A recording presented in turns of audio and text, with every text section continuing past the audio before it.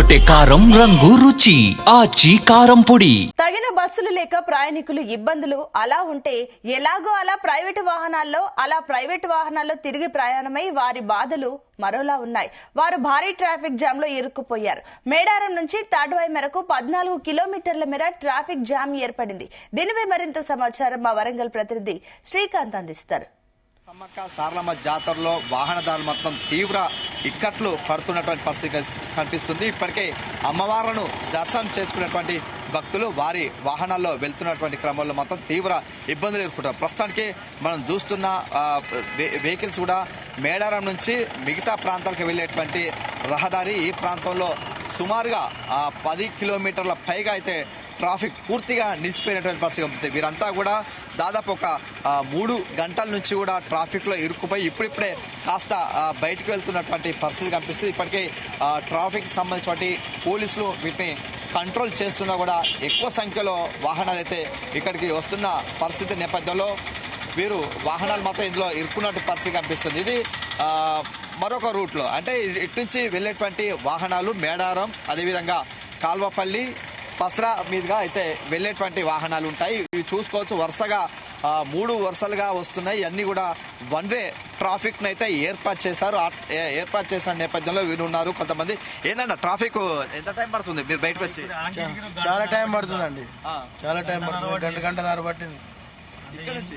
కేవలం 5 కిలోమీటర్లు. 5 కిలోమీటర్లు 3 ఎంత టైం పట్టింది? 5 గంటన్నర పట్టింది. 5 కిలోమీటర్లు.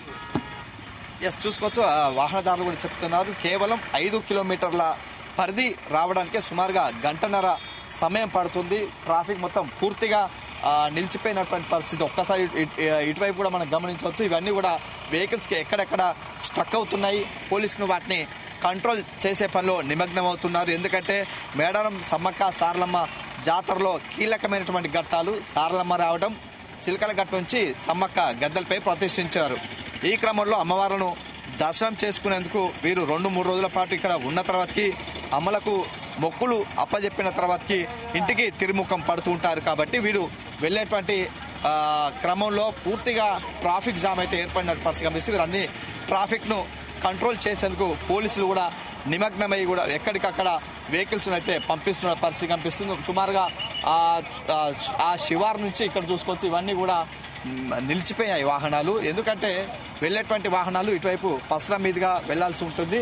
ఈ క్రమంలో ఇటు డైవర్ట్ చేశారు. ఇటు భూపాలపల్లికి వెళ్ళేటువంటి దారి వైపే డైవర్ట్ చేశారు. ఇవన్నీ ఒకసారి మనం చూడవచ్చు. భక్తులు వెళ్ళేటువంటి ఎగ్జిట్ రూట్కి సంబంధించినటువంటి బోర్డును కూడా ఏర్పరిచి డైవర్ట్ చేస్తున్నారు. అంటే ఇటువైపుగా వెళ్ళేటివి పసరా, వరంగల్కి అయితే వెళ్తాయి, కానీ ఇక్కడ డైవర్ట్ చేసి ఇవన్నీ అటువైపుగా పంపిస్తున్నారు. ఎందుకంటే మేడారం సంబంధించినటువంటి భక్తులు ఒకే రూట్లో వెళ్ళాలి, వన్ వే ట్రాఫిక్ చేస్తూ వీరందరినీ కూడా బయటకైతే తరలిస్తే పరిస్థితి కనిపిస్తుంది. మరోవైపు ఆర్టీసీకి సంబంధించినటువంటి బస్సులు తాడ్వాయి మీదుగా పసరా, వరంగల్కు వెళ్ళేటువంటి దారి మాత్రమే ఏర్పాటు చేస్తారు. ఈ క్రమంలో అక్కడ కూడా పూర్తిగా ట్రాఫిక్ నిలిచిపోయినటువంటి క్రమంలో తీవ్ర ఇబ్బందులు ఎదుర్కొన్నటువంటి పరిస్థితి కనిపిస్తుంది. వీరందరూ కూడా క్లియర్ చేసే పనిలో పోలీసులు అయితే నిమగ్నమవుతూ వీరందరూ కూడా సకాలంలో బయటకైతే పంపిస్తున్నారు. వీరంతా సుమారుగా 1-2 గంటల నుంచి ట్రాఫిక్లో ఇరుక్కుపడినందుకు కూడా తీవ్ర ఇబ్బందులు ఎదుర్కొంటున్నారు. మరోవైపు పోలీసులు కూడా మరో ప్రాంతానికి వెళ్ళి అందరినీ కూడా డైవర్ట్ చేసే